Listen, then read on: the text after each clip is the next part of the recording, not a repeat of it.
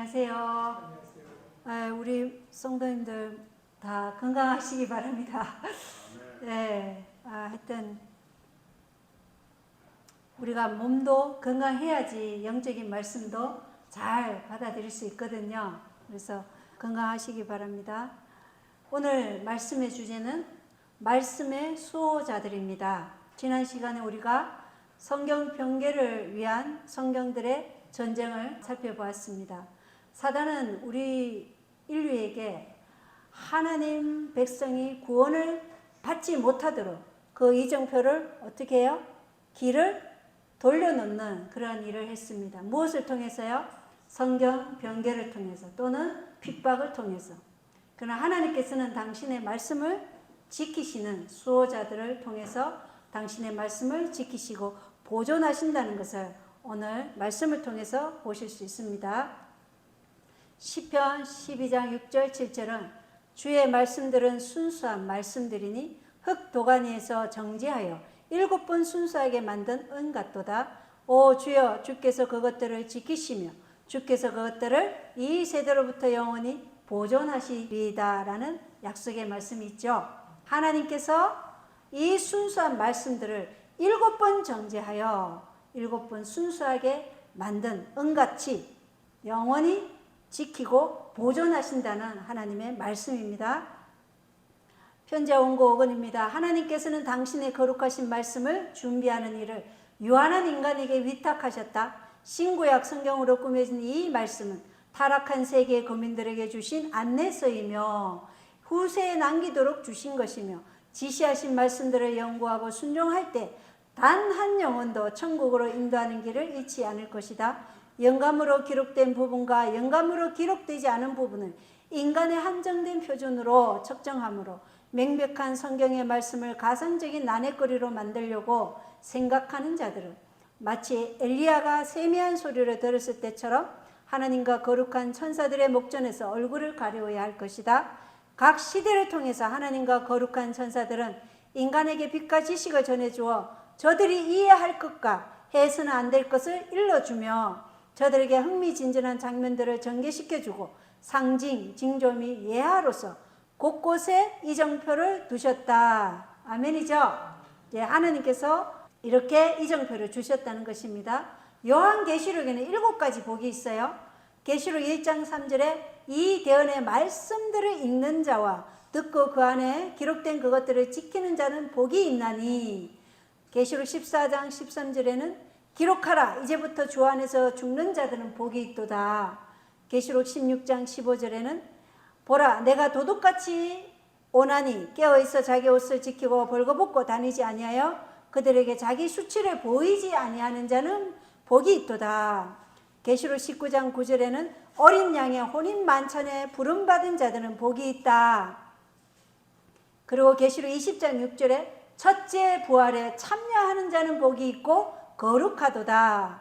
계시록 22장 7절은 보라 내가 속히 오리니 이 책의 대언의 말씀들을 지키는 자는 복이 있도다. 계시록 22장 14절은 그분의 명령들을 행하는 자는 복이 있나니, 이렇게 하나님의 말씀과 함께 모든 것이 연결된다는 것을 알 수 있죠. 그리고 시편 133장 3절에는 이 복이 무엇이라는 것을 정의하고 있습니다. 노란 글씨만 읽겠습니다. 주께서 거기서 복을 명령하셨나니 곧 영원한 생명이로다. 복이 무엇이죠? 영원한 생명이라는 것입니다. 그래서 우리가 말씀을 지키고 행하고 이렇게 하면 우리가 무엇을 얻는다는 것이죠? 영원한 생명을 얻는다는 것입니다. 사도행전 11장 26절에 안디옥에서 처음으로 그리스도인이라 불리니라 라는 말씀이 있죠. 원래 본부는 예루살렘이 있었지만 AD 70년에 예루살렘 멸망했죠. 그 후에 교회의 리더십이 안디옥을 기점으로 소아시아와 지중해 연안으로 확산되어 갔고 콘스탄티노플을 거쳐 독일과 영국으로 전해졌습니다. 자, 우리가 지난 시간에 보았지만 오늘은 알렉산드리아 계열 조상, 서양 계열의 조상 지난 시간에 살펴보았습니다. 모든 것을 다 살펴볼 수 없었어요. 시간의 한계 때문에. 오늘은 전통 본문인 이 안디옥 계열을 오늘 살펴볼 겁니다. 그리고 이 계열이 킹제임스 성경으로 오늘날 보존되고 있는 것을 오늘 살펴볼 것입니다. 안디옥 계열, 구약은 벤카임의 전통 마소라 본문이 번역의 대본으로 사용되었습니다. 신약은 헬라어로 된 공인 본문, 누구나 이 공인 본문을 1900년간 공통적으로 인정했다고 해서 공인 본문이에요. 그리고 이것을 헬라어로는 텍스투스 리세투스라 그러고 영어로는 리시브 텍스트라 해서 받은 말씀 또는 수용 본문이라고 얘기합니다. 그리고 이것을 또한 안디옥 본문, 시리아 본문, 전통 본문이라고 하며 거의 약 5,000개 이상의 다수 사본들로 번역을 하므로 다수 본문이라고 해요. 그리고 가장 널리 사용되었기에 보편적 본문이라고도 하고 카톨릭의 서방 계열의 그 본문과 대비되어서 비잔틴 또는 동방 본문이라고 하며 루터와 칼빈 등 종교개혁자들이 사용하기에 종교개혁 본문이라고 하며 권위를 부여받은 성경이라 하여 권위역본이라고도 한다. 지난 시간에 읽었지만 한 번 더 보겠습니다. 레스 가렛의 우리가 어느 성경을 믿어야 하는가? 근본적으로 두 줄기의 성경만 있을 뿐이다. 한쪽은 공인 원문이 히브리어와 헬라어로 이어져 왔고 이 귀중한 필사본들은 그리스도인들에 의해 보존되었다. AD 70년에 로마가 예루살렘을 파괴할 당시에도 팔레스타인의 벨라 교회의 그리스도인들이 도망하여 필사본을 보존하였다. 저명한 학문을 이룩한 시리아의 안디옥 교회로부터 북부 이탈리아의 교회로부터 그리고 또한 같은 때 남부 프랑스의 갈리아 교회와 영국의 켈트족의 교회와 왈덴스인 이전 사람들과 왈덴스인들과 종교개혁 당시의 교회들은 모두 똑같은 필사본을 가지고 있었다. 이 필사본들은 서로 일치하고 있었으며 필사본들의 대다수가 원문과 같았다. 공인 본문은 초대교회 아버지들의 편지들에 많이 인용되었다. 1세기, 2세기경에 초대교회 신도들 사이에 오간 편지들에 적힌 성경 구절의 인용구만으로도 신약 성경 전체를 구성할 수 있을 정도인데 인용글들 모두 공인 본문과 일치한다는 것입니다. 자, 오늘 말씀의 주제가 말씀의 수호자들이죠. 이 하나님의 말씀, 순수한 말씀을 하나님께서 지키시고 보존하실 때 인간을 통해서 이 말씀을 지키고 보존하시게 하셨다는 것입니다. 그렇게 수호자들이 있었다는 것이죠. 자, 여기 글을 읽어보겠습니다. 안디옥의 라이벌이었던 이집트의 알렉산드리아에서 생겨난 영지주의는 이교 철학과 복음 진리가 혼합된 사상이었다. 이 영지주의를 믿는 사람들은 교회들을 설립하고 대학들을 짓는 한편 구약 성경을 배척하고 창조를 부인하고 유대 그리스도인들까지를 포함한 모든 유대인을 경멸하였다. 역사학자 누먼은 안디옥 신학과 알렉산드리아 신학의 차이점에 관하여 4세기부터 시작된 기독론에 관한 대논쟁에서 알렉산드리아와 안디옥은 항상 서로 적대 관계에 있었다. 알렉산드리아는 신비적 이상주의를 대표하고 성경을 비유적으로 해석하는 것을 장려하는 한편 안디옥은 문법적이고 역사적인 성경 해석을 주장하며 신비적 사고방식은 배척하였다. 사도 요한이 죽기 전이나 혹 그것이 아니라면 적어도 사도들의 대를 이은 바로 다음 세대에서 모든 라틴 본문 중에서 가장 아름다운 본문인 이탈리아판이 번역되었다. 이 번역판은 종종 이탈라로 불리기도 한다. 여러 세기 동안 셀틱 교회 학자들은 이탈리아에서 본문을 인용하였다. 또 여기 보면 브레스치아의 아놀드는 당시에 지나치게 만연해 있던 로마 교회의 폭정을 공개적으로 비난한 인물이다. 이 도시는 헬라어 신약 성경을 라틴어로 번역한 최초의 사본인 브릭시아누스 사본이 만들어진 곳이다. 이 라틴어 성경은 제롬의 불가타 역보다 300년이나 이전에 만들어진 것으로 그 원본이 많은 사람의 사랑을 받던 이탈라 문체로 쓰여 있다. 성경이 지금 보존되고 있는 것을 보는 것이에요. 사도들이 모두 죽은 후 얼마 되지 않아서 신약 성경이 시리아어로 번역되었다. 단순한이라는 의미의 페시타라 불리는 이 귀한 번역본은 동방에서 수세기 동안 널리 사용되었다. 또 다음 글입니다. 사도 요한이 죽은 후 반세기 동안에 시리아어와 라틴어를 사용하는 민족들 사이에서 복음이 엄청난 진보를 이루었음이 분명하다. 이는 그 시기에 페시타라고 불리는 유명한 시리아의 신약 성경이 선을 보였다는 사실로 미려 알 수 있다. 프로테스탄트 교단들은 포준 텍스트라는 의미의 텍스투스 리세투스라 불리는 헬라어 신약 성경 본문을 토대로 하여 세워졌다. 지금까지 헬라어로 쓰인 사도들의 글들이 영어, 독일어, 네덜란드어 등과 같은 다른 언어들로 번역된 것은 바로 이 텍스트로부터 번역된 것들이다. 공인 원문을 통해서 번역된 것들이라는 것입니다. 암흑시대 동안, 종교 암흑시대죠. 표준 텍스트는 헬라 교회 밖에서는 거의 알려지지 않았다. 이 텍스트는 학자였던 에라스무스의 수고로 다시 기독교로 돌아올 수 있었다. 이 표준 텍스트를 실제로 편집한 사람이 루키안이라는 사실은 거의 알려지지 않았다.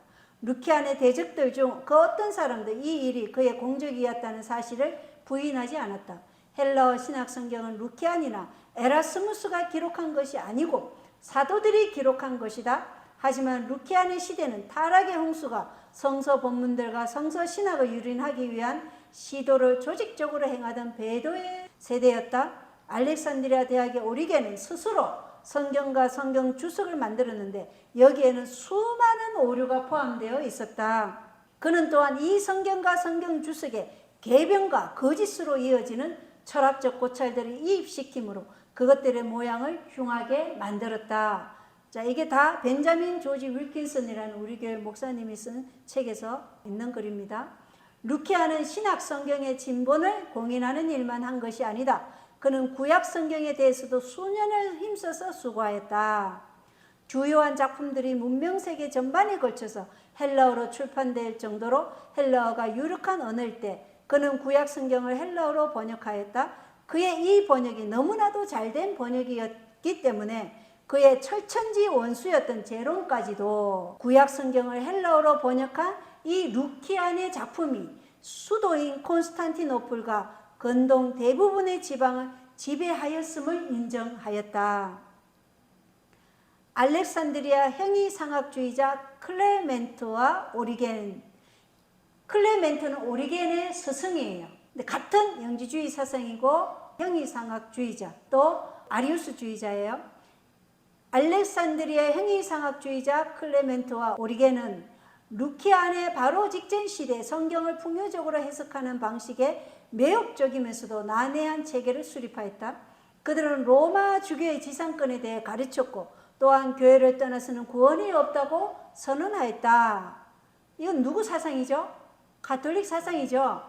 클레멘트는 기독교와 이 교회의 유사성과 태양 숭배와 의의 태양의 친근함을 주장하므로 대중의 박수갈채를 받았다.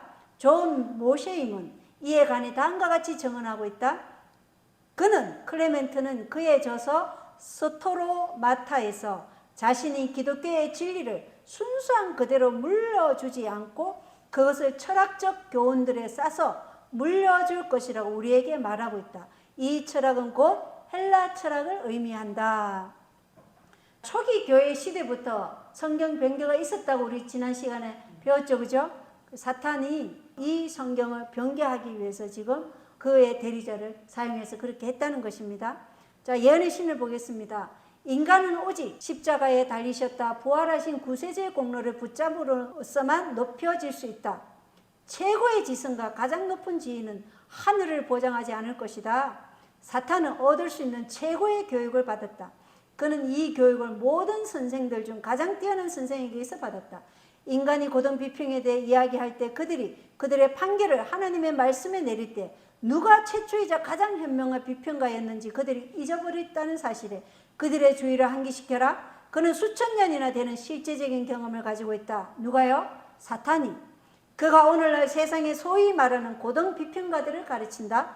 하나님께서는 고등 비평가들처럼 자신들을 높이고 하나님의 거룩한 말씀을 비평하는 자들을 벌하실 것이다 라고 기록되어 있습니다.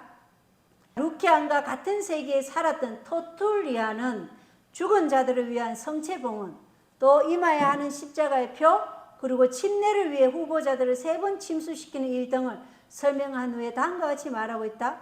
여러분이 이것들과 유사한 다른 규정들에 관한 성경의 확실한 명령을 찾고자 한다면 여러분은 그 어떤 것도 찾지 못할 것이다. 그것들은 전통에 의해서 기원되었고 간섭에 의해서 강화되며 또한 믿음에 의해 준수되는 것들이다 라고 기록되어 있습니다. 루키아는 오리겐을 능가하였다. 특히 동방에서는 더욱 그랬다. 시리아 학자들에 의해 출간된 성경들은 안디옥 학파의 시리아 본문을 선보였다. 이게 뭐죠? 중앙줄기죠. 안디옥 본문, 시리아 본문, 전통 본문, 이 본문은 동방교회들에서 다른 모든 본문을 제거해버리는 모형이 되었다. 이것이 바로 오늘날 우리의 공인판을 번역할 때 본문으로 삼는 텍스투스 리셉투스이다. 공인 본문이라는 것입니다. 이 공인본 신약 성서는 종교개혁 시대에 탄생한 모든 중요한 교회들이 채택한 본문이다. 종교개혁을 통해서 탄생한 교회 중 그 어떤 교회도 루키안으로부터 전해 내려온 신약 본문을 채택하지 않은 교회가 없다.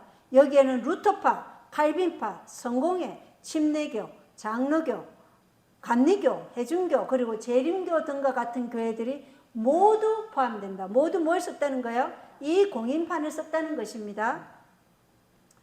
교회 안에서 이교 간섭에 한가한 사람 중에 가장 두드러진 사람은 헬비디우스 1세였다. 그는 저스틴 마트보다는 한 세기 반 후에, 그리고 터툴리안, 키프리안, 오리겐, 클리멘트 등과 같은 인물들보다는 적어도 한 세기 이후에 살았던 인물이다.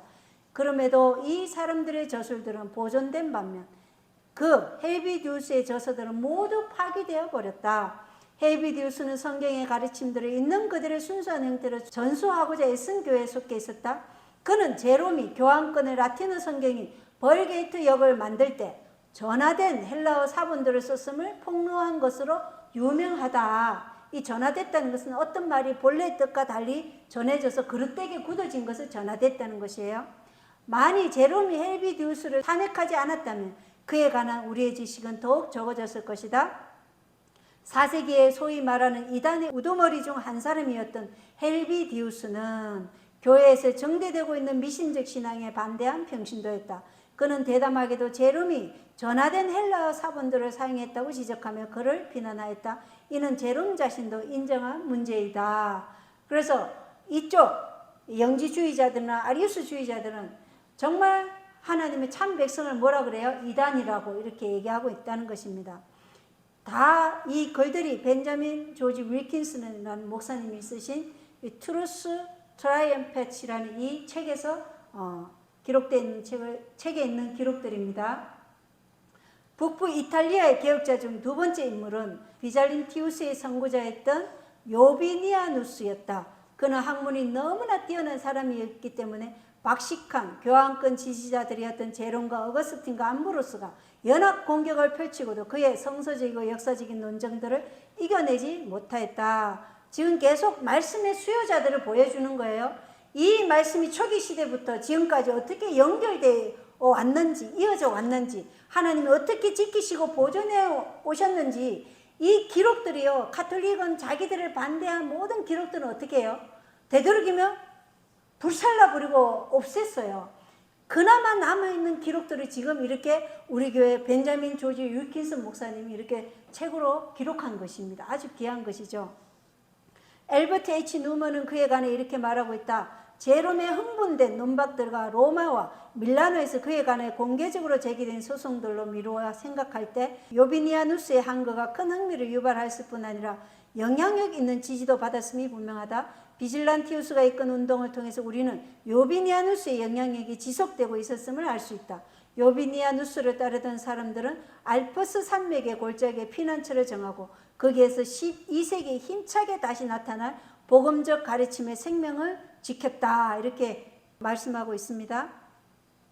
비질란티우스는 이탈리아 북부와 프랑스 남부에 거하던 고결한 왈덴스인들의 탁월한 초기 지도자였다. 어떤 사람들은 그를 왈덴스 교회의 최고 지도자로 여긴다. 그의 시대에 기독교 세계를 진동시킨 또 하나의 논쟁이 있었다. 이탈리아 북부의 중심 도시이며 동시에 동방교회의 중심이기도 했던 밀라노는 제7의 안식일을 신성시하고 있었던 반면에 로마는 그날에 대한 평판을 나쁘게 하고자 하는 목적으로 그 추종자들에게 그날에 금식할 것을 요구하고 있었다.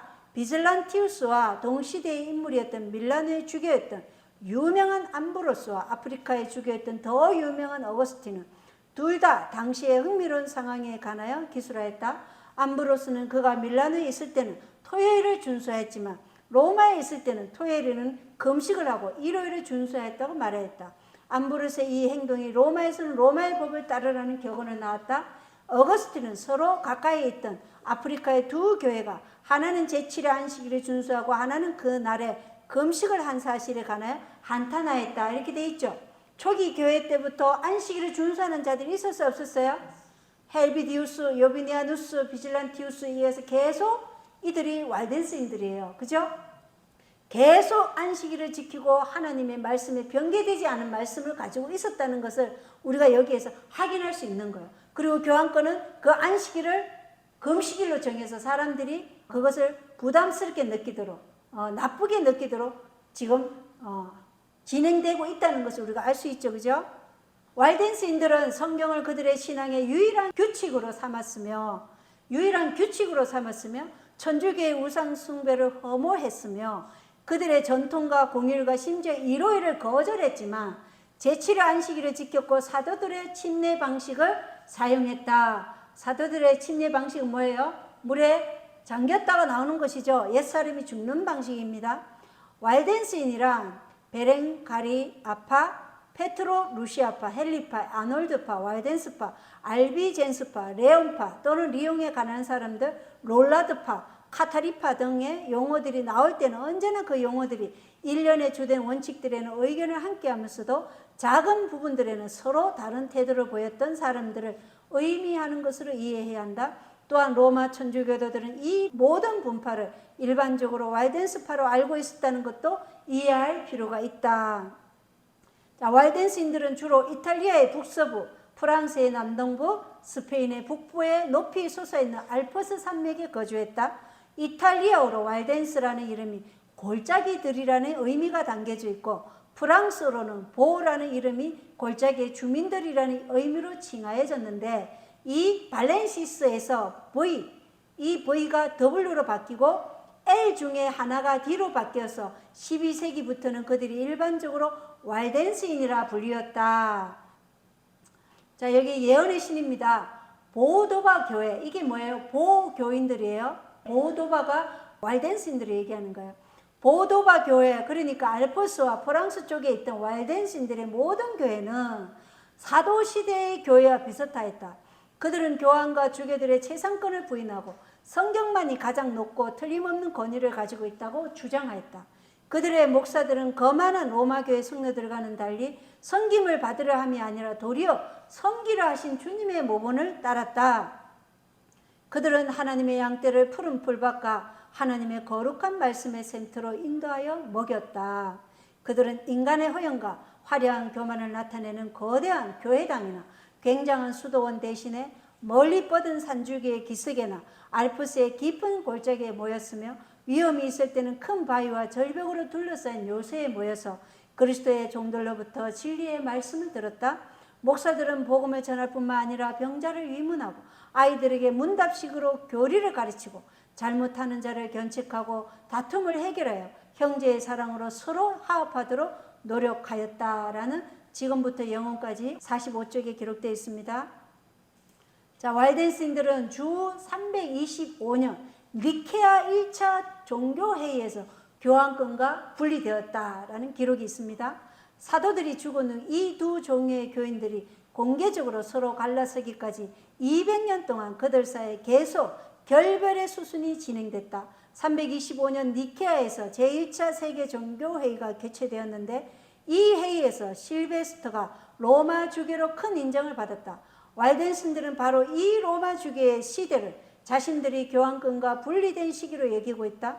교회사 학자인 린던이 이렇게 말하고 있다. 하지만 이 시대의 왈덴스인들이 그들 분파의 역사가 매우 오래되었음을 주장한 것은 그 근거가 전혀 없는 것이 아니었다.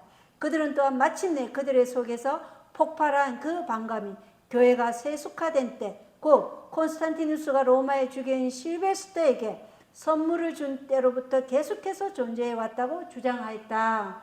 왈덴스인들이 언제부터요? 계속 초대교회에서부터 지금 진행해 왔다는 것입니다. 우리는 금욕주의 히스테리의 영향이 얼마나 비도덕적이었는지를 어거스틴에게서 일어난 변화 속에서 찾아볼 수 있다.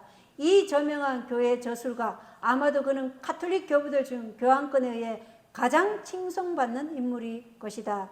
이 교회의 저술가는 제롬의 견해들을 받아들이라는 대중의 압력을 받았으며 그 또한 제롬과 서신을 왕래하는 중에 있었다. 박해 정책에 대한 그의 완벽한 공언에 대해 림보르가 상당히 길게 설명하고 있다. 어거스틴은 북아프리카에서 주교의 자리에 있으면서 교황권의 치명적인 무기 하나를 선사하였다. 이는 그가 강제구금이라는 괴물 같은 교리를 고안해낸 것이다. 이렇게 해서 그는 종교재판소의 기초를 놓았다. 누가요?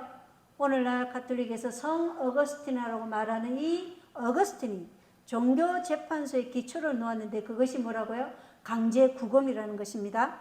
헬라 철학에 도취되어 있던 그는 그 철학의 정신이 자신의 영혼에 엄청난 불길을 지폈다고 외쳐댔다.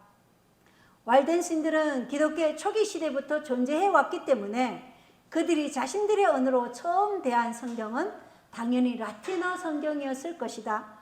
여러 연구들이 이 일이 사실임을 입증하고 있다.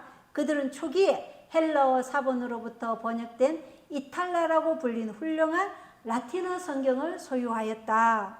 여러 증거들이 있죠. 이 증거들이 다 다른 사람의 글인데 이 벤자민 조지 윌킨슨 목사님이 한 책에다 모아놓은 거예요. 많은 이들이 이것을 walden스인들이 초기 시대부터 존재해왔다는 것을 지금 입증하고 있는 것을 우리가 볼 수 있는 것입니다. 이탈라 성경과 밀란 교구에서 여러 세기 동안 사용된 예배 형식을 비교해 보면 이것이 사실임을 알 수 있는데, 이는 이 예배 형식에 이 이탈라 성경의 본문이 많이 포함되어 있기 때문이다. H.J. 워너는 이렇게 말하고 있다. walden스인 이단자들이 현재 사용하고 있는 성경은 불가타 역이 아닌 헬라어 성경을 근거로 만들어진 것이 분명해 보인다. 이렇게 얘기하죠.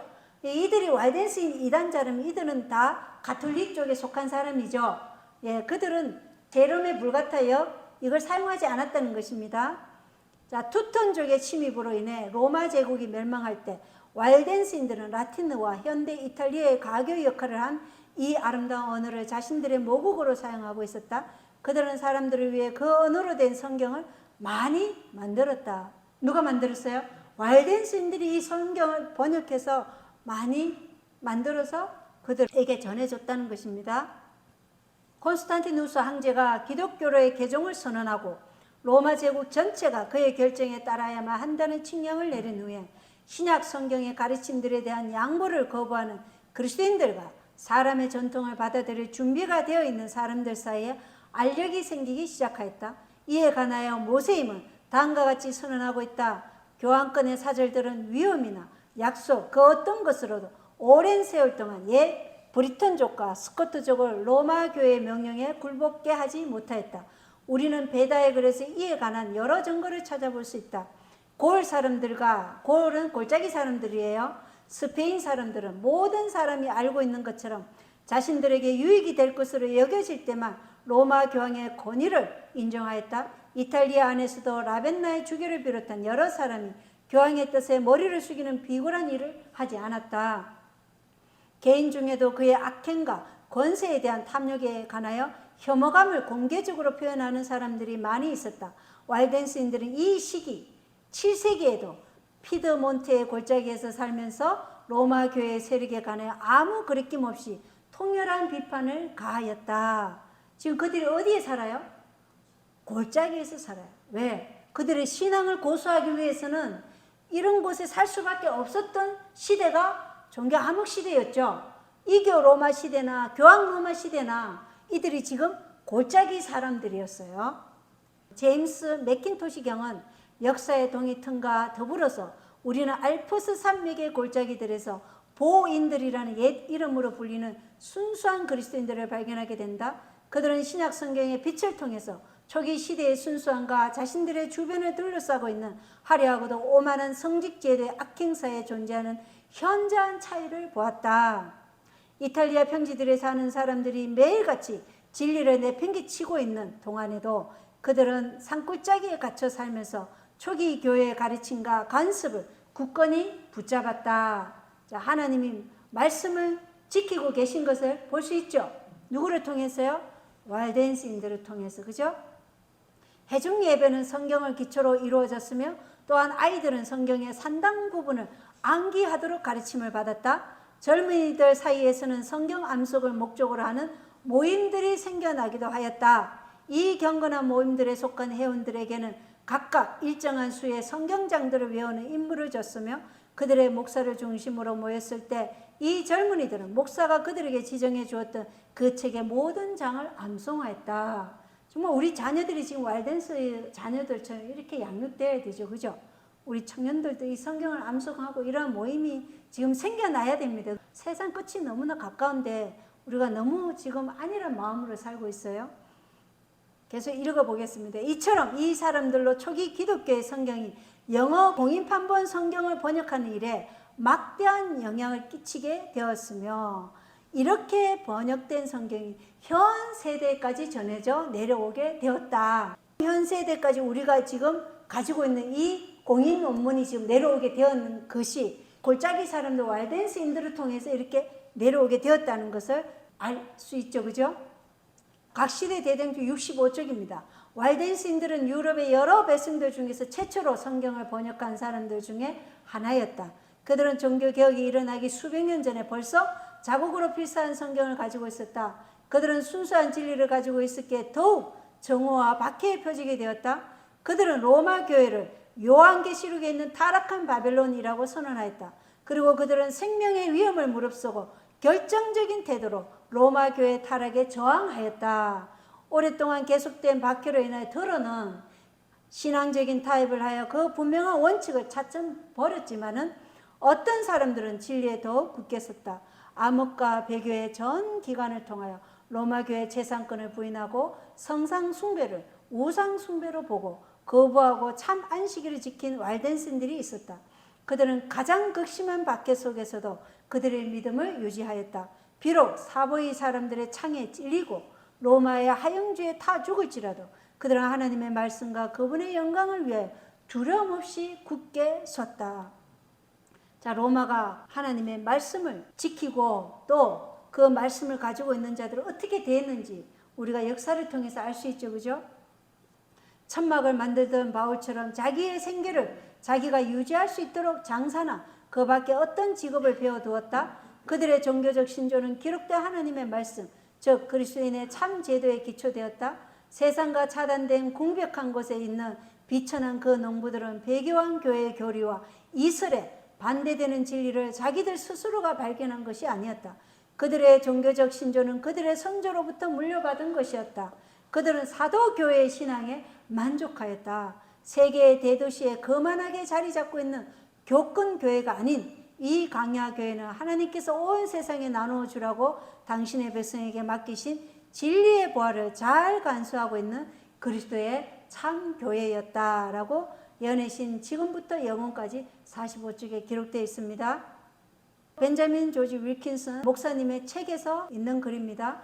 알프스 영웅들의 신실한 업적들을 비질란티우스가 아닌 와일드와 연결시키고자 하는 것은 와일덴스파가 1160년경까지는 존재하지 않았다고 하는 천주교도들의 명제를 충족시키기 위한 것이다.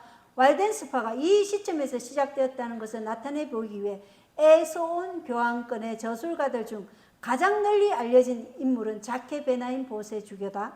어떤 사람들은 총명한 천주교도인 보세를 역사상 가장 유명한 7인의 웅변가들 중 하나로 여기고 있다. 그는 와일덴스파의 이른 기원과 연관된 것으로 생각되는 역사의 모든 항목을 분석하여 그릇된 결론을 만들어 놓는 영민함을 발휘한 인물이다. 그에 관하여 모세임은 이렇게 말하고 있다. 이 저자는 자신의 주장의 출처를 찾아보지 않았음이 분명하다. 그는 당파적 열심에 빠져서 기꺼이 오류를 만들어내고 있었다. 무심한 독자들이나 그저 부분적인 지식만을 가지고 있는 독자들은 보세가 파놓은 함정에 빠지기가 매우 쉽다. 하지만 우리가 그 기록들 전체에 관한 지식을 갖게 된다면 우리는 이 주교가 자료들을 오용하는 수치스러운 일을 했음을 쉽사리 알 수 있게 될 것이다. 교황권은 와일덴스인들이 12세기부터 나타났다 이렇게 얘기해요. 그게 교황권이 왜 이렇게 하냐면 이들이 사도교회 시대부터 계속해서 이어져 왔다면 그들이 제롬의 불가타 성경이나 도웨이 성경이나 바티칸 사본이나 신의 사본에 대한 그것이 변질되고 변개된 사본이라는 것을 감추기 위해서 와일덴스인들이 그 시대에 없었다고 얘기하는 거예요. 그러나 역사는 와일덴스인들이 초기 교회 시대부터 계속해서 이어져 왔다는 것을 보여주고 있습니다. 굉장히 중요하죠. 9세기 이탈리아의 유명한 토리노의 주교인 클라우드는 성상 숭배에 관해 이렇게 외쳤다. 만일 사람이 하나님이 만들어 놓으신 것을 숭배해서는 안 된다면 사람이 만든 것은 더더욱 숭배하지 말아야 한다. 오직 하나님께로부터만 오는 구원을 그들로부터 얻고자 하는 사람들은 누구든지 로마서 1장에 언급된 창조주보다 피조물을 더 섬기는 사람으로 분류되어야만 한다. 그는 십자가를 숭배하는 것에 관해 다음과 같이 가르쳤다. 누가 십자가를 숭배해요? 로마는 십자가를 유물로 숭배하죠. 하나님께서는 우리에게 십자가를 지라고 명령하셨지 그것에게 기도하라고 명령하지 않으셨다. 십자가에 기도하는 일을 기꺼워하는 사람들은 영적 혹은 실제적인 의미에서 그것을 지는 것을 기꺼워하지 않는 사람들이다. 이 같은 방법으로 하나님을 섬기는 것은 실제로는 그분으로부터 떠나는 것이다. 교황의 권위를 인정하지 않는 것에 대해 비난을 받았을 때 그는 이렇게 기술하였다. 그가 사도직의 계승자로 불려서는 안 된다. 사도의 후계자는 그가 가졌던 의무들을 수행하는 사람이다.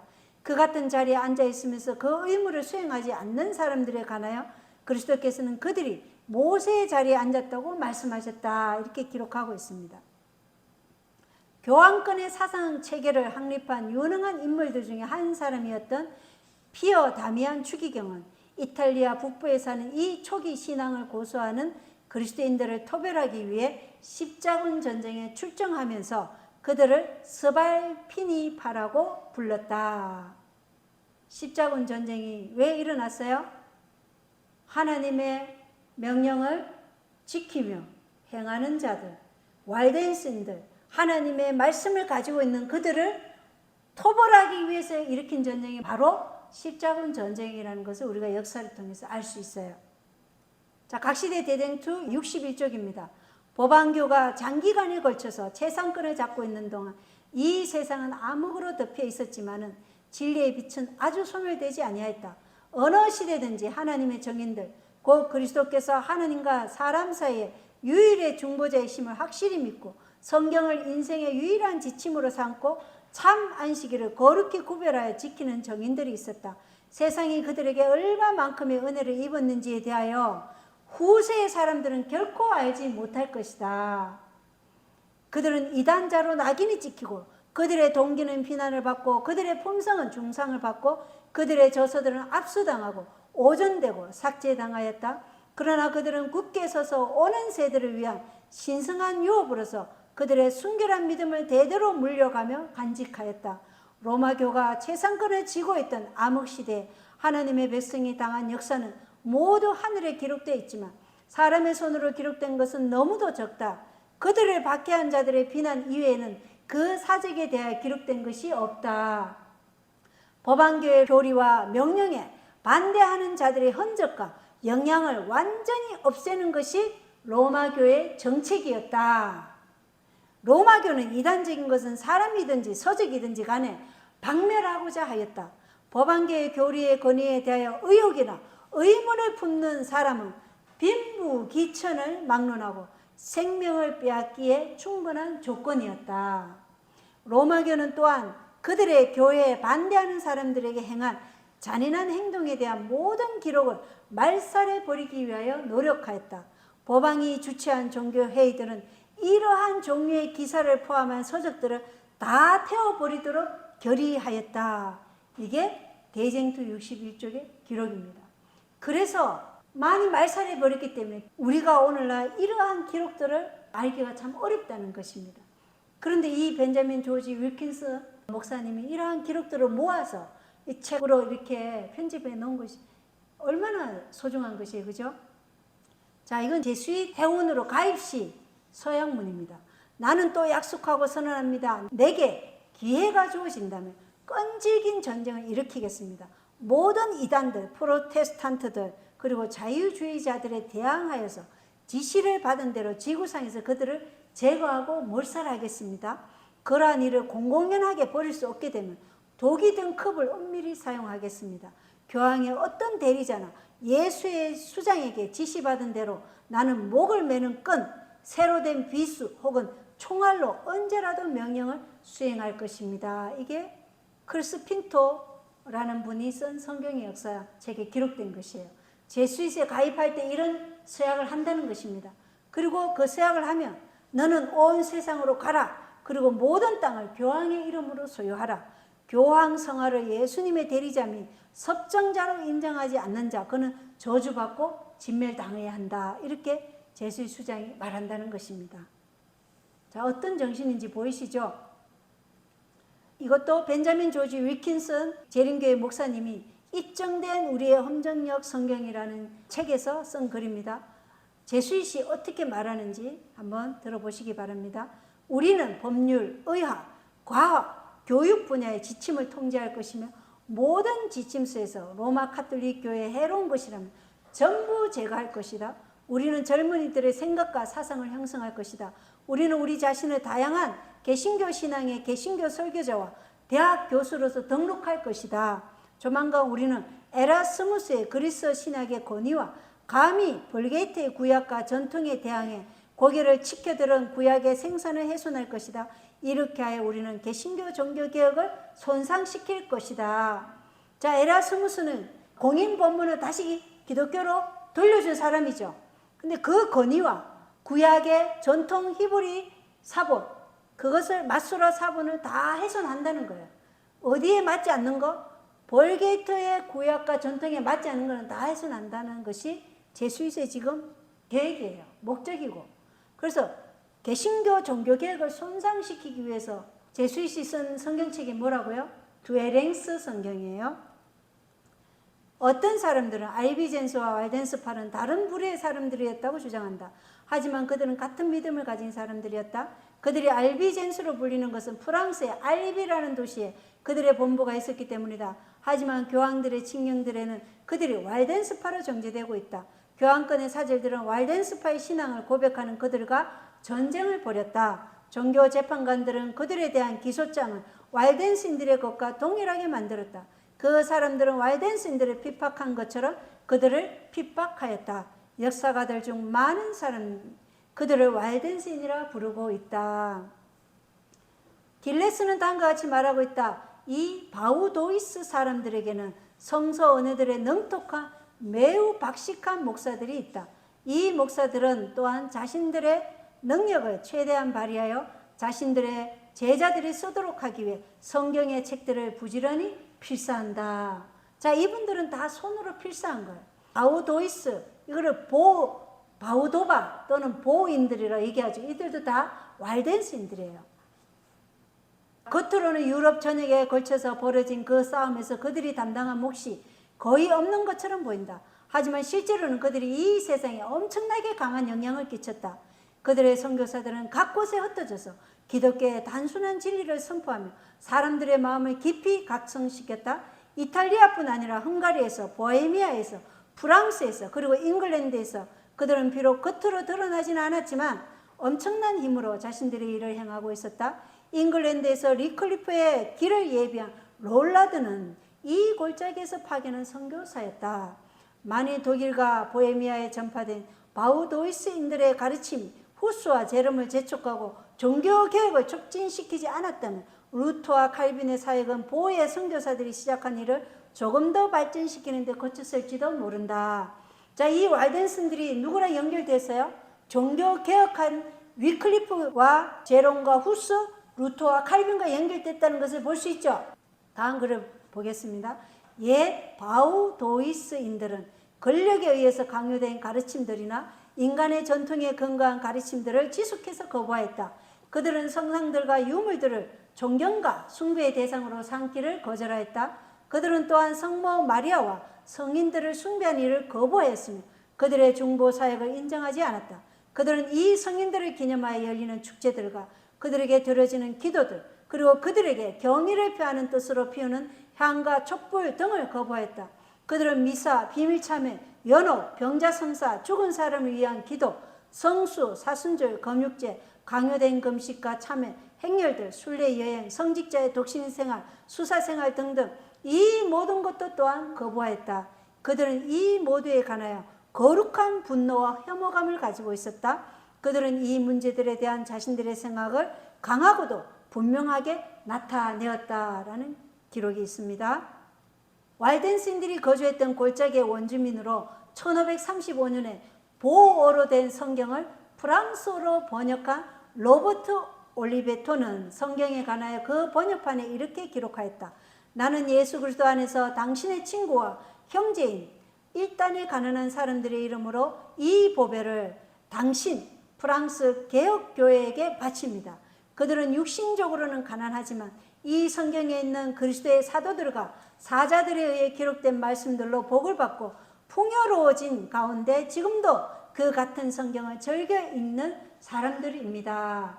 그래서 왈덴생들이 수호했던 그 공인 본문을 프랑스에 있는 로버트 올리베톤이라고 하지만 올리베땅이라고 하는데 그분이 프랑스어로 번역했어요. 연결된 걸 보이시죠? 공인 본문이 이 종교개혁하는 이러한 인물들과 연결돼서 성경을 번역했다는 것을 프랑스어로 번역했습니다.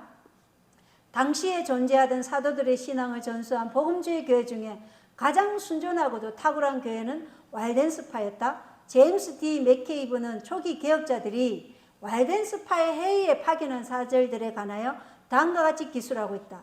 이렇게 해서 이 땅에 종교개혁에 먼동이 텄다. 바우도이스인들은 인류의 마음에 이 같은 보편적 각성이 일어나는 것을 크게 반겼다.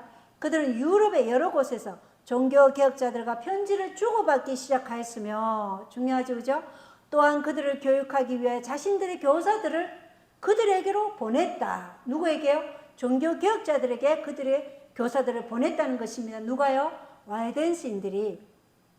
개혁자들은 바우도이스인들의 예배의식과 관련된 옛 간섭들과 그들의 믿음의 순수성을 인정하였으며 또한 산중에 있는 그 교회를 큰 존경심을 가지고 대하였다. 1532년 9월 10일에 앙그로 근하에서 종교회의가 열렸다. 이 회의의 참석자 중에는 프랑스와 스위스의 개혁교회들이 파견한 여러 대표자도 있었다. 그 대표 중에 프랑스 출신의 윌리엄 파렐이라는 사람이 있었는데 그는 바우도이스인들이 초기 시대부터 보존해온 성경 사본들에 큰 관심을 나타내었다. 그의 제안에 따라 성경 전문이 프랑스어로 번역되었으며 바우도이스인들은 이 번역된 성경을 프랑스 교회에 선물로 전달하였다. 역사의 기록이 보이시죠? 벤자민 조지 윌킨슨 목사님이 쓴 그 책에 이 기록들이 다 있습니다. 루터, 저빙글러, 칼빈 등의 지도하에 종교개혁이 일어났을 때 왈덴스인들은 그 개혁운동으로부터 파견된 사절단에게 자신들의 신앙에 대해 답변할 준비가 되어 있었다. W.S. 길리에 따르면 1550년에 알프스 지역에는 여전히 교황권의 교류와 간섭을 거부하는 80만 명의 사람들이 살고 있었다. 어디에서 살고 있었어요? 그들은 골짜기, 알프스 산맥 그런 데서 살고 있었다는 것입니다. 공의 논문 또는 수용 본문의 보존이 어떻게 이루어졌는지 우리가 지금까지 보았습니다. 다른 분들의 이야기도 너무 많아요. 근데 이 시간 관계상 다 가져올 수 없어서 제가 초기 교회부터 종교개혁까지 연결되는 부분만 지금 말씀을 가져온 것이거든요. 다른 분들도 너무나 많아요. 이 공인 본문을 우리에게 주기 위해서 얼마나 그들이 생명을 무릅쓰고 이 성경들을 보존해 왔다는 것. 하나님께서는 이 성경을 이러한 수호자들을 통해서 지키시고 보존해 왔다는 것입니다. 정리해서 한번 보겠습니다. 공인 원문의 보존, 히브리어와 헬라어로 된 필사본을 보존했죠. 언제요? AD 70년 예루살렘 멸망할 때 벨라 교회 그리스도인들이 그것을 보존했습니다. 그리고 시리아어로 된 페시타 성경이 있었고 이탈리아어로 된 이탈라 성경이 있었고 루키 안에 헬라어로 된 신약 성경 공인 원문이 있었고 헬라어로 된 구약 성경이 있었다는 것입니다. 그리고 헬비디우스, 요비니아누스, 비질란티우스로 이어진 왈덴스인들이 헬라어 성경을 근거로 만든 라틴어 성경이 있었죠. 그죠? 그리고 비잔틴 제국의 히랍 정교회들이 1000년 이상 이 공인 본문을 사용했다는 것입니다. 1453년부터 1881년까지 프로테스탄트 교회들 전체에서 이 공인 원문이 사용되었고 독일어로 된 루터 성경 그리고 프랑스어로 된 올리베톤 성경, 영어로 된 킹제임스 성경까지 이 공인 원문으로 다 번역된 성경이라는 것을 오늘 저희가 보았습니다. 그 외에도 공인 원문을 바탕으로 번역된 1900년 초 전에 나온 다른 성경들도 있다는 것입니다. 이제 킹 제임스 성경에 대한 것을 지금 보여드리겠습니다. 다시 시편 12장 6절 7절에 보면 주의 말씀들은 순수한 말씀들이니 흙도가니에서 정죄하여 7번 순수하게 만든 은 같도다. 오 주여 주께서 그것들을 지키시며 주께서 그것들을 이 세대로부터 영원히 보존하시리이다. 그래서 하나님께서는 당신의 순수한 말씀을 정죄하여 7번 순수하게 만들었다. 그리고 그것을 영원히 보존하신다는 것입니다. 영원히.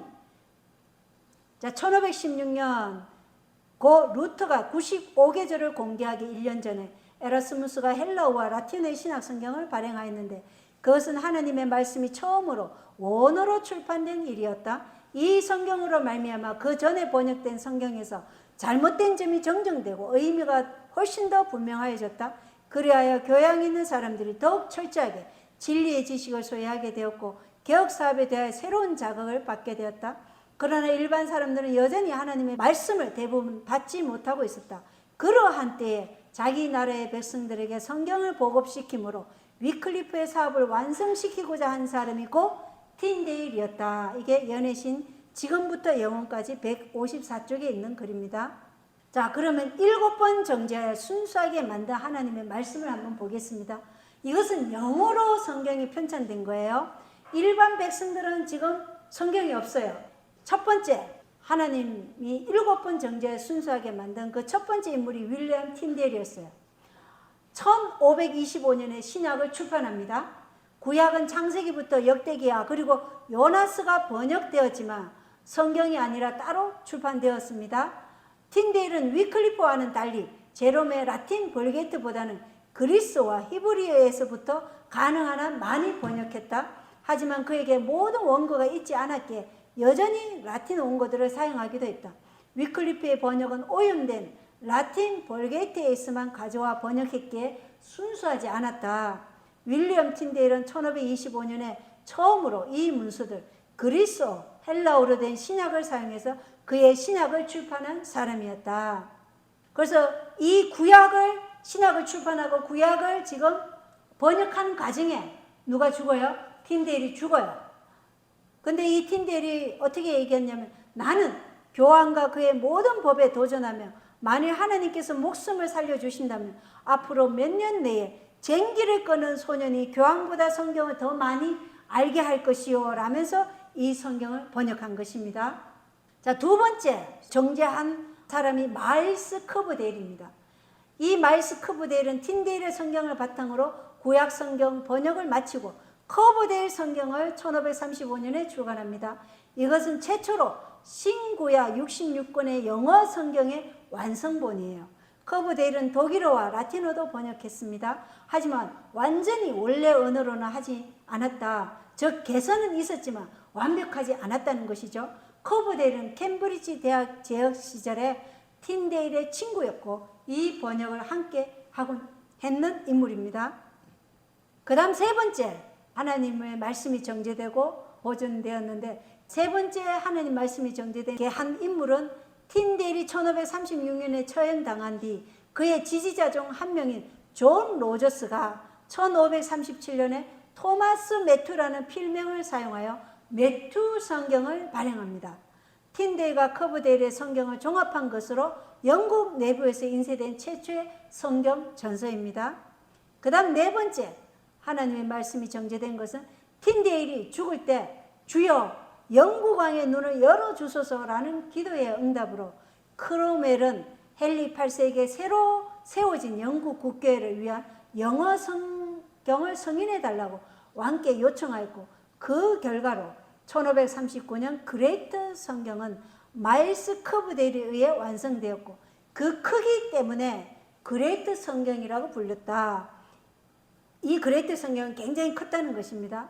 이 성경은 그 출판을 준비한 이의 이름을 따서 크로멜 성경이라고도 불렀고 서문을 쓴 크렘메의 이름을 따서 크렘머 성경이라고도 불렸고 교회의 사람들이 읽기 편리한 장소에 체인으로 묶여 있었기에 체인 성경 또는 사슬 성경이라고 불렸다. 다섯 번째로 이 말씀을 순수한 말씀을 정제한 1560년의 제네바 성경이에요. 이 제네바 성경은 완전히 히브리어와 그리스어 원문만을 사용해 번역된 최초의 영어 성경이에요. 그러니까 여기에는 어떤 것이 안 들어가 있어요? 제롬의 불가타 여기 전혀 안 들어가 있어요. 완전히 히브리, 전통 히브리 마수라 본문과 헬라어 원문만을 사용해 번역된 최초의 영어 성경이 제네바 성경이었어요. 흥미로운 사실을 하나 추가하자면 성경을 완전히 원문으로부터만 얻으려는 시도에서 그들은 왈덴스인 버전을 8개 정도 사용했다는 것입니다. 이건 월터 바이처 박사님 말씀하신 거예요. 윌리엄 히팅어, 마일스 커브델, 크리스토퍼 굿맨, 앤서니 길비, 토마스 샘슨, 윌리엄 콜, 존 녹스, 존 칼빈이 이 번역에 참여합니다. 이 성경은 지도와 상호 참조가 있었고 가정 공부용으로 쓰일 수 있을 만큼 작았기 때문에 매우 인기가 있었다. 또 다른 흥미로운 점은 공부용 성경이었기 때문에 주석과 해설이 있었다는 것이다. 하지만 칼빈이 관련되어 있었기에 칼빈주의적인 주석도 있었다. 이 성경은 굉장히 유명한 성경이 되었으며 개신교도들을 위한 표준 성경이 됐다. 성경의 모든 본문에 장과 절 구분을 확립한 최초의 성경이기도 했다. 지금 우리는 장과 절이 구분된 성경을 보잖아요. 근데 이전의 성경은 그 장과 절이 구분되어 있지 않았다는 것입니다. 제네바 성경이 최초로 장과 절을 구분했다는 것입니다. 자, 6번째 하나님의 말씀이 정제된 것인데 1568년에 비숍 성경이 출판됩니다. 캔터베리의 대주교 매튜 파커와 그의 동료 주교들에 의해 출판되었고 감독관이 없었기에 번역은 책마다 굉장히 다르다. 또한 그들은 제네바 성경에 칼빈주의적인 주석을 없앴다라고 기록되어 있어요. 칼빈주의적 주석은 없앴어요. 왜요? 칼빈의 사상은 예정설, 제한 속죄, 영혼 불멸설 등에 가는 오류들이 포함되어 있어요. 그러한 말들이 주석에 기록되어 있었기 때문에 칼빈주의적인 주석을 없앴다는 것입니다. 자, 7번째. 하나님이 7번 정죄한다 그랬죠. 그래서 순수한恩같게 하나님이 말씀을 만들었어요. 7번째는 1611년에 킹 제임스 성경이 출판되었다. 제임스 왕과 의회의 성인을 받아 제작되었고 7년 동안의 번역 기간으로 서로의 편견과 의견이 얽히지 않도록 여지껏 다른 성경에서는 시도해 보지 않은 약 50여 명의 사람들로 이루어진 팀 번역 기법을 사용했습니다. 웨이트 박사는 말하기를 번역자 개개인이 다 언어에 매우 뛰어나야 했으며 그래서 이들은 각 제각기 직접 번역해야 했습니다. 이러한 팀 번역 기법은 그 이전에나 그 이후에 어떤 번역팀에게도 뒤지지 않는 훌륭한 번역 기법이었습니다. 번역자들은 웨스트민스터, 옥스퍼드, 케임브리지 그룹으로 나뉘었고 이 세 그룹에는 구약과 신약 등을 번역할 두 조가 있어서 총 6조로 구성되었습니다. 6조에 속해 있는 각 사람은 구약 성경의 히브리어와 신약의 그리스에 능통한 사람이어야 했고 자기 조에 맡겨진 책들을 직접 번역해야 했습니다. 또한 개별적으로도 구약과 신약 구간이 할당됐습니다. 그들은 아주 독창적인 방법으로 번역했습니다. 계속해서 읽겠습니다. 가령 창세기에서 열왕기 하까지 맡은 1조의 경우 7명의 조원들 각 사람이 직접 모든 책과 장과 절을 번역해야 했습니다. 이때 본문은 7명에 의해 7번의 검토를 거치게 됩니다. 이 일이 끝나면 같이 모여 한 번 더 확인하였으므로 본문을 총 8번 보아야 합니다. 이렇게 1조가 총 8번의 검토를 끝내면 그 초안을 2, 3, 4, 5, 6조로 보내고 거기서 5번 더 검토를 거쳤습니다. 여기까지 하면 총 13번의 검토가 이루어진 것입니다. 마지막으로 6조에서 2명씩 선출된 총 12명의 사람이 모여 최종 모임을 가졌습니다. 이런 식으로 번역자들은 창세기부터 요한계시록까지 성경의 모든 책을 14번씩 번역하고 분석하고 교정했는데 사실 이것은 현대 번역자들이 결코 흉내낼 수 없는 팀 단위 작업이었습니다. 그런데 이것이 끝이 아닙니다. 왜냐하면 제임스 왕이 매우 치밀했기 때문입니다. 영국 교회의 감독과 지도자들에게는 출간 전에 초벌 복사본이 보내어졌습니다. 이들은 자기 관내에서 히브리어와 그리스의 능숙한 전문가들에게 이 초벌 번역을 다시 점검하도록 했고 이로써 번역에 어떤 문제가 있는지를 파악하게 하였습니다. 성경의 역사라는 크리스 핀토가 쓴 책에 이 기록이 있다는 것입니다. 그런 다음에 오직 절대적인 합의가 있을 때에만 그 구절에 대한 번역이 받아들여졌다는 것입니다. 이것은 전에 없던 방식이었고 개인적인 편견과 관련된 많은 문제들을 없앤과 동시에 보다 정확한 번역을 할 수 있었고, 바로 이것 때문에 가톨릭은 킹 제임스 성경을 제작과 출판을 격렬하게 반대했다는 것입니다. 어떻게 반대했는지 한번 보겠습니다. 화약 음모가 만들어진 데는 이런 배경이 있었습니다. 엘리자베스 1세가 1603년에 죽자 로마 교회는 잉글랜드의 가톨릭 사제이면서 예수의 해원이 가넷에게 교황의 칙서 2개를 보냈습니다. 교황으로부터 청탁을 받은 가넷은 신실한 가톨릭 교도라고 선언하지 않은 사람은 왕위에 올라서는 안 된다고 강하게 압력을 넣었습니다. 그러나 후임인 제임스 1세는 왕자에 오르면서 자신이 개신교도라고 선언했습니다. 이에 로마는 그를 제거하기로 결심합니다. 로마 교회는 새로운 왕을 제거하기 위해 포커스라는 이름의 스페인 군인을 이용했습니다. 그의 이름은 오늘날까지 매년 영국 사람들이 기억하고 있으며, 또한 그를 붙잡은 11월 5일을 기념하며 만든 포커스의 날 밤에는 지금도 그를 닮은 형상을 만들어 불태우기도 합니다. 그 이유는 포커스가 제임스 왕과 그의 척건들을 모조리 죽여버리려고 의사당 건물 지하에 36배럴에 달하는 화약을 묻어 놓았기 때문입니다. 이런 어지러운 상황에서 로마 교회와 그 수하의 예수회는 잉글랜드를 다시 장악하려는 계획을 세웠습니다. 성경의 역사 크리스 핀토가 쓴 책에 있어요. 그러니까 뭐예요? 제임스 왕을 제거하려고 했습니다. 자, 계속해서 읽겠습니다. 예수의 계획이 숲으로 돌아가기 바로 전해 청교도 지도자인 레이놀즈는 제임스 왕에게 새로운 성경을 번역할 것을 제안했습니다. 제임스 왕은 이것을 승인했으며 이로써 킹 제임스 성경 번역 작업이 시작되었습니다. 화약 음모 사건이 그로부터 딱 1년 뒤에 발생한 것은 우연이었을까요? 올해 1, 2 박사는 이렇게 이야기합니다. 그 업무가 성공했다면 1604년에 시작된 새로운 성경 번역 작업도 덩달아 실패로 끝나 영원히 물거품이 되어버렸을 것입니다. 제 생각에는 의심의 여지 없이 바로 그것이 예수회가 원하던 바였습니다. 그러나 하나님의 은혜로 화약 음모 사건은 미수에 그쳤으며 제임스 왕은 자신의 이름이 들어간 유명한 성경이 완성되는 것을 살아생전에 보게 되었습니다. 라는 성경의 역사 크리스 핀토의 책에 기록되어 있는 글입니다. 우리는 얼마나 감사해야 될지 아시겠죠? 그죠? 이 초대교회부터 하나님께서 와일den스 인들을 통해서 그들의 종교개혁자와 연결시켜서, 그리고 이 제수이스의 이러한 음모 속에서도 하나님께서 하나님의 말씀을 지켜주셨다, 그리고 보존해 주셨다는 것에 우리는 정말 감사해야 돼요. 그리고 하나님의 말씀을 우리는 보화보다, 우리의 생명보다 더 귀하게 여기는 이 마음을 가지고 지금 살아야 되는 것입니다.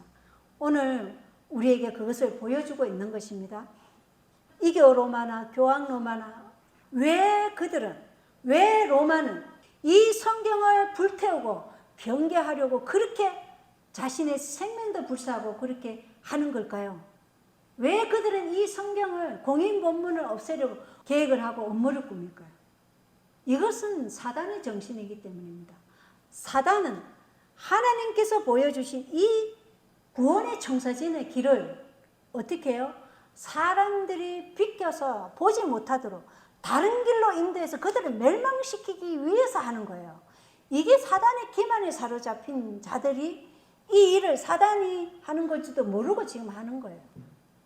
그러나 하나님께서는 그 말씀을 지키시고 보존하시기 위해서 하나님의 백성들을 통해서 그 일을 하신다는 거예요. 그런데 그 백성들이 모두 다 안전하게 살았나요? 그렇지 않죠.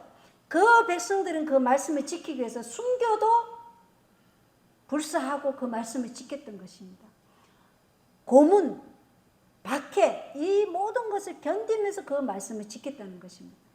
그래서 다시 한번 우리가 이 견고한 성소, 구속의 청사진을 한번 다시 한번 살펴보겠습니다. 성경의 구원의 청사진은 그리스도 중심이에요. 그죠? 그러나 교황권은 뭐예요? 인간 중심이에요. 뜰 문에 들어가면 예수께서는 나는 양들의 문이라 그래요. 그래서 예수님이 구원의 유일한 문이죠. 그러나 제수잇은 이 가톨릭 신앙 밖에서는 아무도 구원을 받을 수 없다. 그래서 가톨릭 교회가 구원의 문이에요. 뜰 둘레는 세마포로 되어 있죠. 이 세마포는 뭘 상징해요? 그리스도의 의를 상징해요. 그러나 로마 가톨릭 교리는 자신의 공로가 거기에 포함되지 않으면 구원을 받을 수 없다고 얘기해요. 번제단에서 구원의 청사진은 예수님이 인류의 대속주로서 당신의 피를 통해서 우리를 구원하시는 거죠. 당신의 피를 흘리심으로 율법의 저주인 사망으로부터 우리를 속량하시는데, 그래서 성경적 청사진은 예수님이 우리의 대속주예요. 그러나 교황권은 예수님이 우리를 위해 죽으신 것이 아니라 순종의 모범을 보이시기 위해 죽으셨다. 예수님의 대속을 부인합니다. 그래서 그들이 변개한 성경에는 피라는 말이 삭제되어 있는 것들이 있어요. 그리고 그들은 회개가 필요 없어요. 왜? 성체, 성사, 미사 참여하는 것이 바로 죽을 죄에서 우리를 보호해주는 해독죄로 하기 때문에 회개가 필요 없는 것이에요. 그러나 성경적인 청사진에서는 반드시 뭐가 필요해요? 회개한 죄인은 율법의 저주로부터 용서를 받는 것이죠.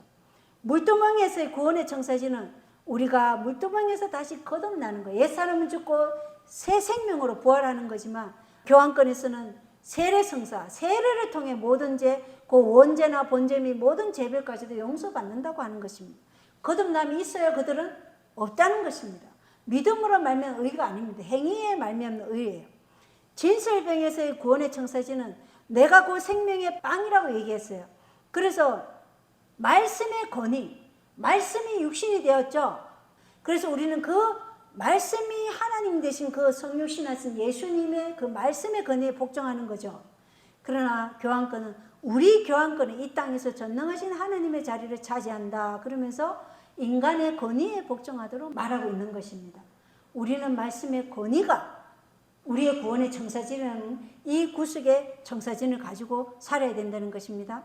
그리고 분향단에서의 구원의 청사진은 오직 한 분 그리스도가 우리의 중재자 되시죠. 우리는 그리스도께 죄를 자백하고 용서를 받는 것이죠.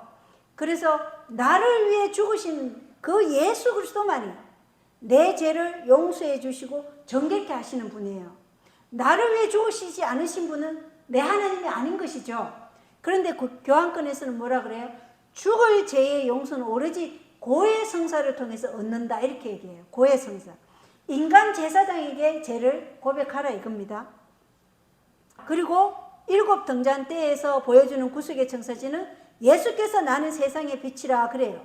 그리스도가 세상의 빛이 되심으로 그리스도가 우리 안에 있으면 어둠을 몰아내죠. 그러나 가톨릭에서는 가톨릭 교회가 무엇이 옳고 그른지 결정해 주는 것이에요. 트렌트 공의회, 바티칸 공의회 이런 공의회에서 그들이 공표를 하면은 그게 바로 법이 되는 것입니다. 그래서 어둠 가운데 속박되어 있다는 것입니다. 지성소에서의 언약궤에서의 구속의 청사진은 안식일을 기억하여 거룩히 지키라고 말씀하고 있죠. 왜냐? 안식일의 주인 되시는 예수 그리스도께서 우리의 창조자시고 구속주시고 우리의 유지자시고 우리의 보존자이신 그 그리스도께 우리는 절대적으로 의존하고 있다는 것을 우리가 인정하는 표로 뭘 지킨다고요? 안식일을 지키는 것입니다. 그런데 가톨릭은 뭐예요? 태양의 축제일인 일요일을 신성한 날로 제정해서 인간이 하나님의 때와 법을 변개시킴으로 자신이 신이 되는 거예요. 교황권이 말하는 이 인간 중심에서는 구원을 받을 길이 보이지 않아요. 그래서 사탄이 성경을 변개하고자 한 것입니다. 왜? 하나님의 백성을 구원받지 못하도록 멸망시키기 위한 것이 사단의 목적이에요. 이것을 정말 개신교도들과 천주교인들이 이것을 보고 계속해서 종교개혁은 전진이에요. 지금도 전진해야 되죠.